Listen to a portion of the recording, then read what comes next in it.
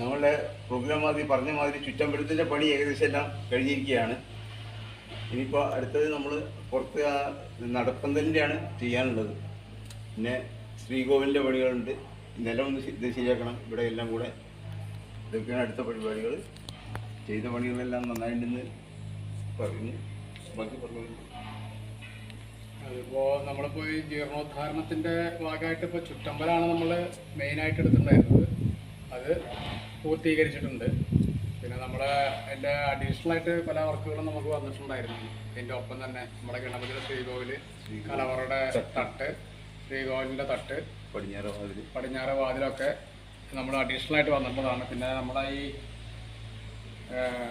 കോവിൻ്റെ വെള്ളം പോകാനുള്ള ടാങ്ക് നിർമ്മിച്ചതൊക്കെ നമുക്ക് അധികമായി വന്നിട്ടുള്ള കാര്യങ്ങളാണ്. നമ്മൾ 17 തൂണ് അത് പിന്നെ മുന്നേ പറഞ്ഞിട്ടുണ്ടായിരുന്നതാണ്. അതും നമ്മൾ പൂർത്തീകരിച്ചിട്ടുണ്ട്. ഇനി അത് ഭഗവാന്റെ സമർപ്പണമായിട്ട് ഒരു സമർപ്പണം ചെയ്യണം. അതിനൊരു ദിവസം കാണണം. പിന്നെ നമുക്കിപ്പോൾ ഒന്നാം ഘട്ടം എന്ന് പറഞ്ഞു കഴിഞ്ഞാൽ മുഖമണ്ഡപം ഒന്ന് ഉയർത്തിയിട്ട് നേരത്തെ പറഞ്ഞിട്ടുണ്ടായിരുന്നു. അത് ഇതേപോലെ തന്നെ ഇരുമ്പിൻ്റെ കഴുക്കോലും പട്ടികയൊക്കെ ആക്കിയിട്ട് ഓടി മേയണം എന്നുള്ള ഒരു വിചാരം കൂടി ഉണ്ട്. എല്ലാം ഭഗവാൻ നടത്തിത്തരും എന്ന് വിചാരിക്കുകയാണ്.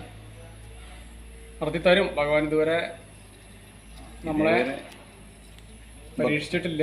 ഭക്തരുടെ സഹകരണം കാരണം എല്ലാം മുന്നോട്ട് പോയിട്ടുണ്ട്. സഹായം പ്രതീക്ഷിക്കുന്നു. നാട്ടുകാരുടെയും എല്ലാം സഹായ സഹകരണം കൊണ്ട് നമുക്ക് ഇത്രയും എത്തിക്കാൻ കഴിഞ്ഞിട്ടുണ്ട്. ഭഗവാൻ കൂടെ ഉണ്ട്. പിന്നെ അത് കഴിഞ്ഞിട്ട് രണ്ടാം ഘട്ടം എന്ന് പറയുന്നത് നമ്മുടെ ശ്രീകോവിലിൻ്റെ ഒരു ഇതാണ്.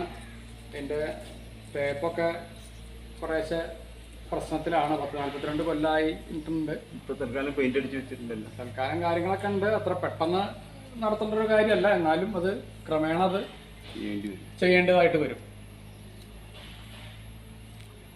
പിന്നെ നമ്മുടെ അവിടെ കൗണ്ടർ നിർമ്മിക്കാനുണ്ട്. ദീപസ്തംഭത്തിൻ്റെ അവിടെ പുറത്ത് നമ്മുടെ മഴ നനയാത്ത രൂപത്തിൽ അതിൻ്റെ ഒരു കാര്യം കൂടി ചെയ്യണം. അങ്ങനെ കുറച്ച് കാര്യങ്ങളും കൂടി ഉണ്ട്.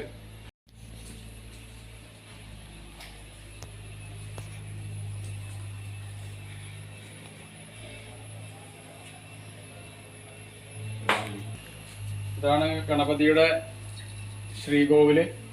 അതിൻ്റെ പണി കഴിപ്പിച്ച പുതിയ വാതിലും കട്ടലൊക്കെയാണ്.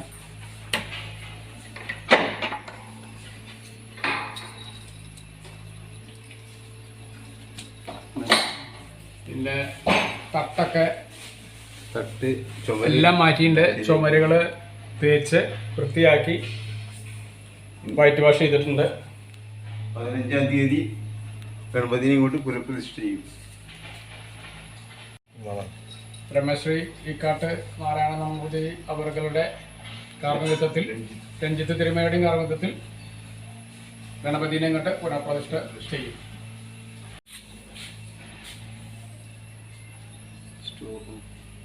ഇലക്ട്രിക് വയറിംഗ് എല്ലാം പുതിയതാക്കിയിട്ടുണ്ട്. പഴയ എല്ലായിടത്തും എല്ലാം പുതിയ സിസ്റ്റം ആക്കിയിട്ടുണ്ട്. സ്റ്റേ വയറും അതും മാറ്റി വേറെ സ്ഥലത്തേക്ക് കൊടുത്തിട്ടുണ്ട്. നടന്നുകൊണ്ടിരിക്കുകയാണ്. ഇന്നിപ്പോൾ 42ാമത്തെ ദിവസമായി. പ്രതിഷ്ഠാ ദിനം അടുത്തുകൊണ്ടിരിക്കുകയാണ്. 13, 14, 15 തീയതികളിലാണ് അതിൻ്റെ പ്രധാന ചടങ്ങുകളൊക്കെ നടക്കുന്നത്. 15-ാം തീയതി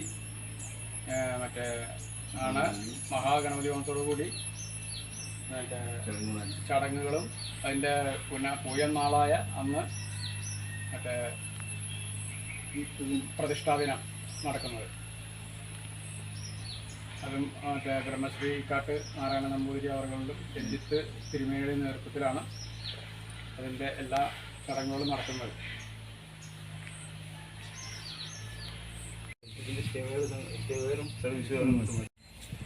പുതിയ വീട്ടിൽ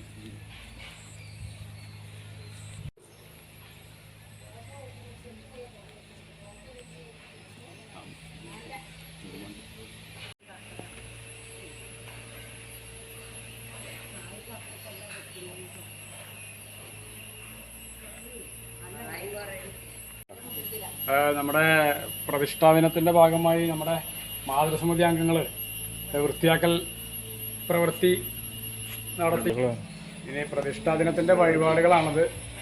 ഉദായസ്തമന പൂജ, ത്രികാല പൂജ, ഉഷപൂജ, വാസ്തുഹോമം, മഹാഗണപതി ഹോമം, വാസ്തുബലി, ഭഗവത് സേവ. ഇതിന്റെ ഗണപതിയുടെ പ്രതിഷ്ഠാ ദിനത്തിന്റെ ഭാഗമായിട്ട് ഗണപതി അപ്പം, ഗണപതിയുടെ പ്രതിഷ്ഠാ ദിനത്തിന്റെ ഭാഗമായിട്ട് ഗണപതിക്ക് അപ്പം നേദിക്കുന്നുണ്ട്, ഉണ്ണിയപ്പം. അതും ഭക്തജനങ്ങൾക്ക് ശീട്ടാക്കാവുന്നതാണ്.